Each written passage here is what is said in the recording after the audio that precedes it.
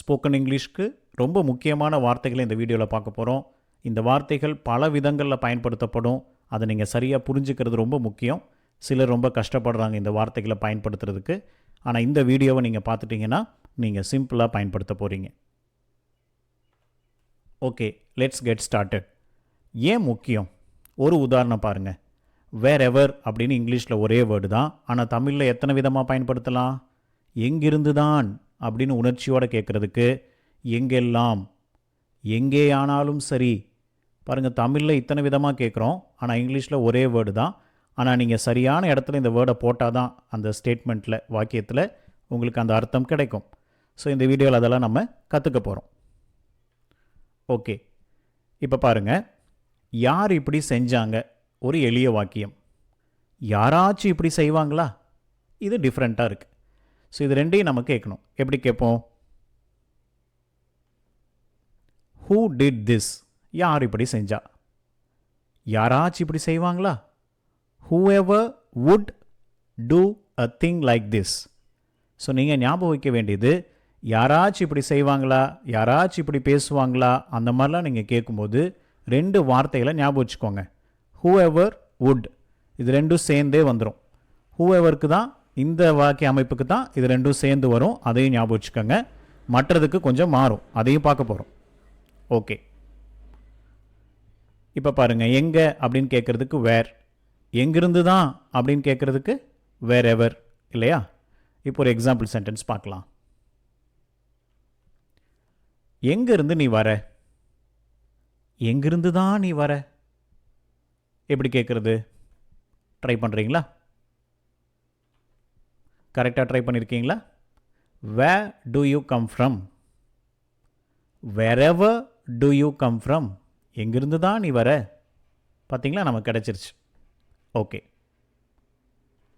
இப்போ நெக்ஸ்ட், அவனுக்கு என்ன ஆச்சு? Simple statement. என்ன தான் ஆச்சு அவனுக்கு? இது உணர்ச்சியோட வலியுறுத்தி கேட்குறது, ஸ்ட்ரெஸ் பண்ணி. ட்ரை பண்ணி பார்க்குறீங்களா? Okay, what happened to him?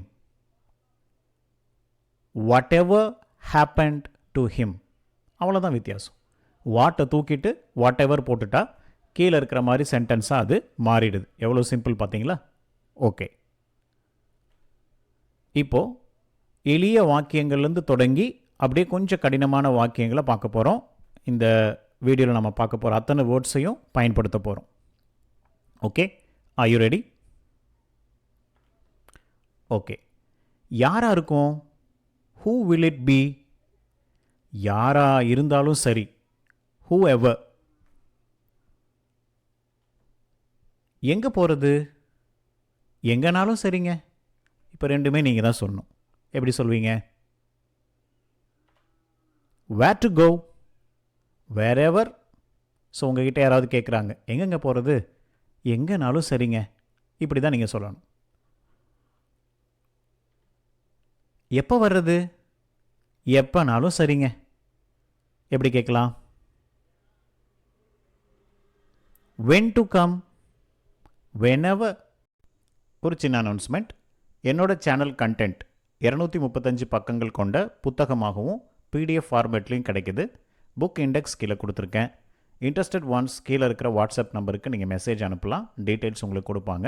At a low price நீங்கள் வாங்கிக்கலாம். எப்படி சொல்கிறது? எப்படினாலும் சரி. எப்படி சொல்லலாம்?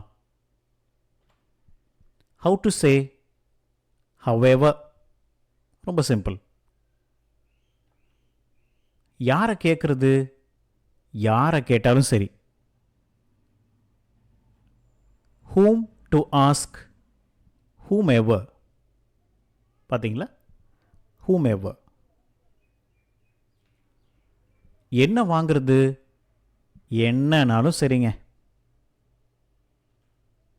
what to buy, whatever.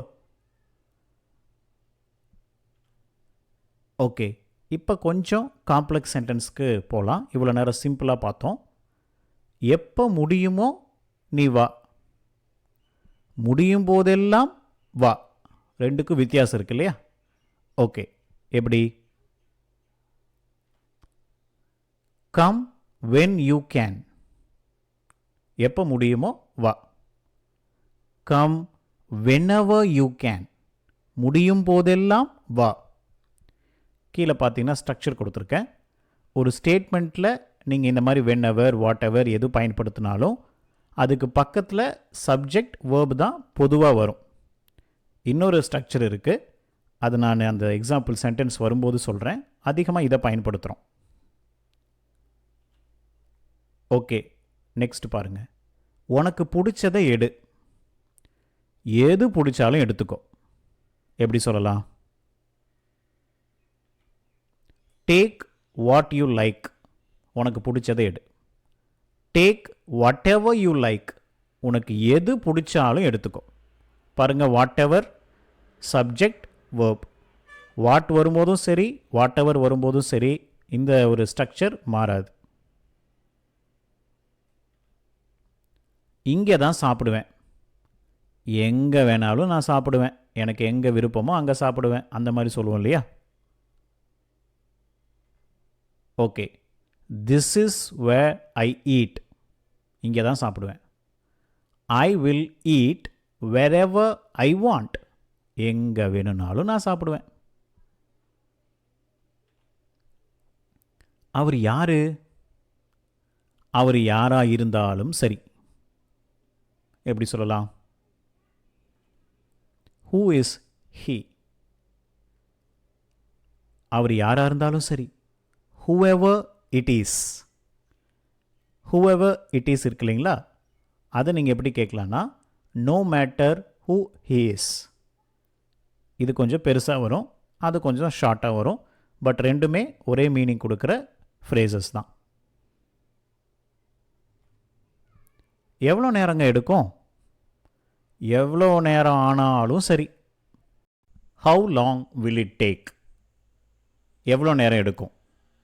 however long it takes. எவ்வளோ நேரம் ஆனாலும் சரிங்க. கொஞ்சம் தான் இருக்கு. எவ்வளோ கொஞ்சம் இருந்தாலும் சரி. எப்படி சொல்லலாம்? It's just a little. எவ்வளோ கொஞ்சமாக இருந்தாலும் சரி. however little it is. எங்கே வைக்கிறது? எங்கெல்லாம் முடியுமோ வைங்க. எப்படி சொல்லலாம்?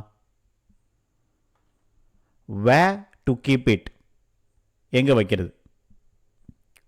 keep it wherever possible. இங்கே நோட் பண்ணிக்கோங்க. wherever பக்கத்தில் ஏற்கனவே ஒரு ஸ்ட்ரக்சர் சொல்லி கொடுத்துருந்தேன், சப்ஜெக்ட் வேர்ப். இன்னொரு ஸ்ட்ரக்சர் என்னென்னா, wherever, whenever, whatever பக்கத்துலலாம் அட்ஜெக்டிவ் போடுறது. எங்கெல்லாம் தேவையோ வைங்க. பாருங்கள், இன்னொரு adjective. Keep it wherever needed. So இந்த ஒரு ஸ்ட்ரக்சரையும் நோட் பண்ணிக்கோங்க. எங்கே தான் வச்சியோ, இப்போ நீங்களே சொல்லிடுவீங்க. wherever did you keep it. எப்படித்தான் அவனுக்கு அந்த வேலை கிடைச்சது? however did he get that job. அந்த வார்த்தையை கேட்கும் போதெல்லாம் whenever I hear that word, அந்த வார்த்தையை கேட்கும் போதெல்லாம் உன்னை நினைப்பேன். I remember you whenever I hear that word. எப்பெல்லாம் ஏதாவது தப்பு நடக்குதோ, whenever anything goes wrong. யாரா இருந்தா எனக்கு என்ன? இதுக்கு நீங்க who போட்டா போதும், whoever வேண்டாம். I don't care who it is. ஆனா இப்ப பாருங்க, யாராக இருந்தாலும் நான் விடமாட்டேன். whoever it is, I won't leave it. இப்போ பாருங்க, இந்த சென்டென்சஸ் எல்லாம் நீங்கள் ட்ரை பண்ணுறதுக்காக கொடுத்துருக்கேன். நெக்ஸ்ட் பேஜில் ஆன்சர்ஸ் இருக்குது. ஆனால் நீங்கள் ஃபஸ்ட்டு ட்ரை பண்ணுங்கள். எத்தனை சென்டென்ஸ் இருக்குது? 3, 6, 9, 11 சென்டென்சஸ் இருக்குது. ஸோ ஒவ்வொன்றா நீங்கள் ட்ரை பண்ணிவிட்டு அடுத்த பேஜில் நீங்கள் சொன்னது இல்லைன்னா எழுதுனது கரெக்டாக இருக்கான்னு நெக்ஸ்ட் பேஜில் டெஸ்ட் பண்ணிக்கோங்க. ஓகே, ஸோ தேவைப்பட்டால் நீங்கள் பாஸ் பண்ணிக்கோங்க. ஏன்னா நான் இப்போ அடுத்த பேஜுக்கு போகிறேன். யாராச்சும் அப்படி சொல்லுவாங்களா? whoever would say like that. யாராச்சும் இந்த டைமில் கூப்பிடுவாங்களா? whoever would call at this time. யாராச்சும் அங்கே தனியாக போவாங்களா? whoever would go there. நீ எங்கே போனாலும் நான் வருவேன். wherever you go I will come. அது என்னவா இருந்தாலும் இப்போ செய்யாத. whatever it is, don't do it now. உன்னை பார்க்கும்போதெல்லாம் சோகமாக தெரிகிற. whenever I see you, you seem sad. நான் வரும்போதெல்லாம் நீ இல்லை. whenever I come, you are not there. யாரெல்லாம் அதுக்கு பொறுப்போ தண்டிக்கப்படுவாங்க. whoever is responsible will be punished. நான் என்ன சொன்னாலும் ஏற்றுக்கவே மாட்டான். whatever I say, he doesn't accept. நீ எவ்வளோ விலை கேட்டாலும் பே பண்ணுறேன். I am willing to pay whatever price you ask. என்ன விலையானாலும் அதை முடிக்கணும். whatever the cost, it should be done. இப்போ பாருங்கள், 2 ஸ்ட்ரக்சரையும் கொடுத்துருக்கேன்.